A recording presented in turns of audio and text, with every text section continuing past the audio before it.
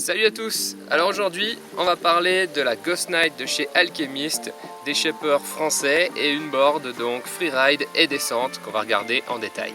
Côté caractéristiques, elle fait 92 cm de long, 24 cm de large et vous avez deux empattements possibles, à savoir 64 et 66 cm. La construction est, on va dire, classique avec 7 plis de hêtre made in France s'il vous plaît et un pli de fibre de verre.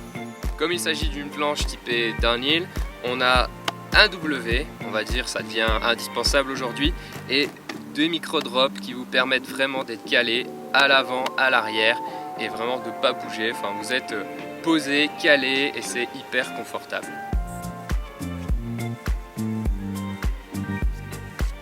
La planche est pressée sous vide et ça nous donne un poids de 2,6 kg, ce qui est, on va dire, raisonnable, mais qui peut paraître un petit peu lourd par rapport à d'autres modèles.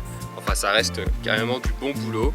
Et pour l'avoir ridé en freeride, avec des bonnes descentes, avec du monde autour, ça bouge, ça joue et c'est vraiment agréable une fois qu'on est bien dessus. Avec le setup adapté pour la descente, on se retrouve vraiment sur un petit rail. C'est hyper intuitif, hyper confortable et on est vraiment naturellement installé sur ce deck. En surfant sur les tendances actuelles, Alchemist a créé la board avec toutes les petites tendances à la mode, à savoir le drop, le W et le kicktail, parce que bon, si vous êtes en ville ou si vous avez juste envie de taper des petits manuals en freeride, de jouer avec votre matos, c'est vraiment l'idéal. Esthétiquement, on a un shape plutôt bien foutu et un résultat qui est plutôt costaud aussi. Pour l'avoir ridé un peu partout, par tous les temps et sur différentes routes, c'est vraiment une planche passe-partout. Enfin, vous n'allez pas faire du dancing non plus dessus, mais on est à l'aise sur toutes les routes, que ce soit vraiment pour de la stabilité ou pour jouer avec un setup un petit peu plus nerveux.